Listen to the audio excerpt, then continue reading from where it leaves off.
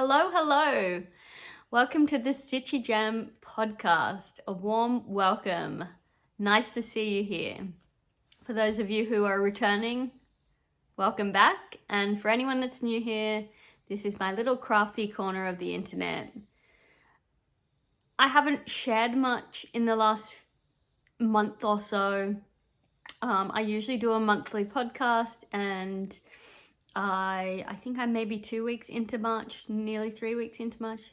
Yeah, 3 weeks into March, and I didn't do a February podcast, and I really don't have a lot to share with you guys at the moment. However, I wanted to check in and say hi and tell you I was thinking of you, and just give you a little quick catch up on what's happening in my world. So since my last podcast, there's been a lot going on. I've had a cat in emergency. I've had a mum in emergency twice. I've had a dad in emergency. I've had a dad have surgery. I've had a dad move in to have help with things that obviously healing from surgery and recovering from surgery entail. You know, taking care of each other. And I've had news from overseas where I have family, and I have had my auntie is also not well. So, universe has threw everything at me at once. I have had a lot to process, as well as some things that have been happening for myself. And it's been a lot, I'm not gonna lie. My anxiety's been up. I haven't really had headspace to knit. And I certainly haven't had headspace to podcast, and not just headspace, but space in my house to do me. So I'm taking this opportunity while everyone's out at the movies to make a little quick podcast to say hi and to tell you where I'm up to with my projects. I finished work early yesterday, which is really rare for me on a Saturday. I have today off, which is really rare for me on a Sunday.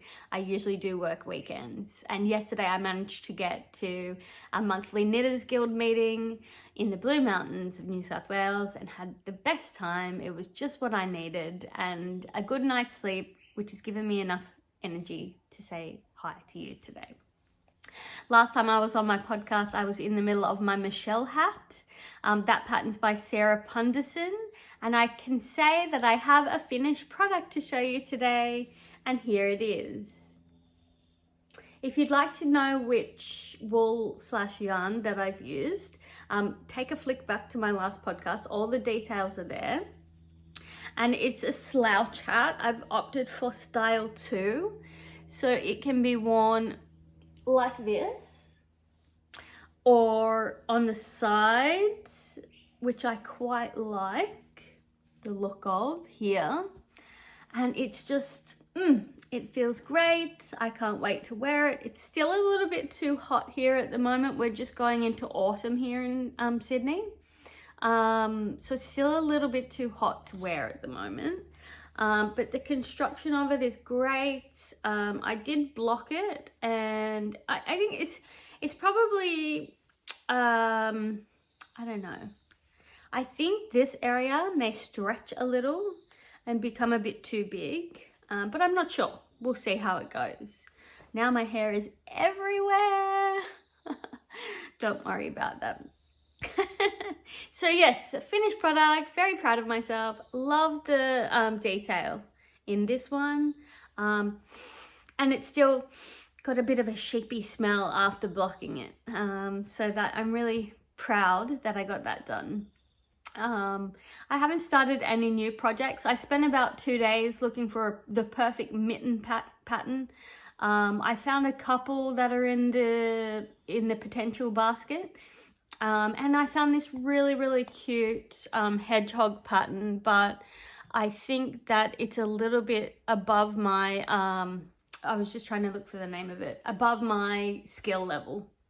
Not to say I won't tackle it, but given the current situation at home, I don't think now is the right time for me to do that. So I'm going to find, I've got 2 patterns in mind. One is very just plain stocking stitch fingerless mittens.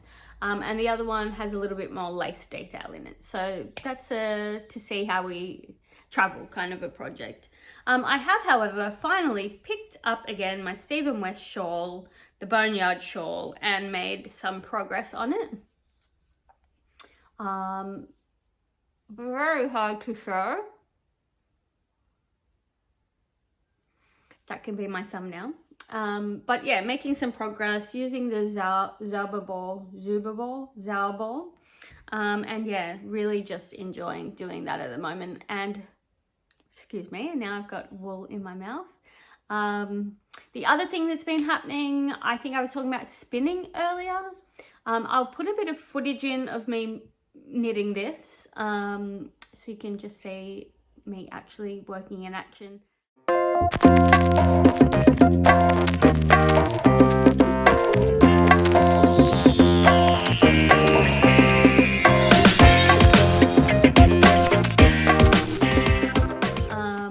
So you can just see me actually working in action. And the other thing about spinning, so I have this box right next to me that's full of partially, it's washed, but it's just, I've got 2 giant bags of alpaca fleece, and I decided to wash a little bit at a time, which I'm really happy about, because obviously it's a process, washing, finding a nice sunny day for it to dry, and then I've done a bit of research, I've done a bit of chatting. I think I'm going to put it in some sealed bags, just in portions, and then, because it will take a long, slow process, which is great. That's what I want, to get that happening, to learn the skills that I need to learn to spin. I've been to 1 spinning group. I'm not sure whether I talked about that last time, but I've been to the group and met a few people and got a connection for some lessons. I also bought myself a drop spindle in the hopes that I can also teach myself that. What I do need is some carders, in which I have been thinking about improvising and saving money. I have 1 large of these and 1 small, which is basically to brush my cat with, and I'm wondering, can I do the wool carding with those? I don't know if it's going to be successful, however, everything's worth a shot, and if that's not the case, well, that's fine. I'll go and either join the spinning group and borrow the equipment, or I'll buy some equipment if I can find some secondhand. And so that's the next stage of that. But I've got all this lovely fleece, all washed, ready for the next stage, which is carding. And it's just so clean and lovely. The color of it is just so lovely. I can't wait to learn what happens with the next process. You know, obviously I've seen other people do it, so I have a general idea, but doing it yourself, getting it right, getting the, you know, I don't even know the terminology, but this action right, and yeah, I'm really looking forward to learning how to do that. And then once that's, you know, you know, long term, once that's all ready, yeah, and knitting something really beautiful with it, and having had that process from start to finish, I think will be just incredible and really rewarding, you know, to have something that you've taken something from the raw material and turned into something that you can wear. I'm really looking forward to that part of the process. And my simple pullover is also coming along. I don't have it here today, but I haven't picked that up in a while. As I said, there's a lot going on at home and in my personal life, and it's just been a heavy load, and I'm human, and crafting is, yes, relaxing, but frustrating if while trying to concentrate, you know, there's just no room up here for it to be relaxing.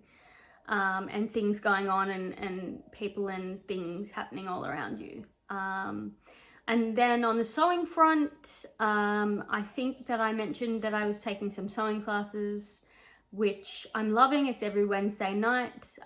It's great. I'm teaching I'm learning how to do a vest, a tailored vest. which I'll pop some photos in of my progress with that so far. And I'm just learning different techniques by doing that vest, and it's coming along really nicely so far. I'm up to the stage where I need to cut into where I've sewn for the pocket to tuck through, which is a little bit daunting.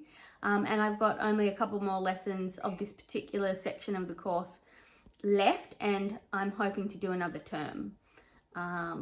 So that, because I don't think in 2 weeks I will have finished the waistcoat, sorry, not a vest.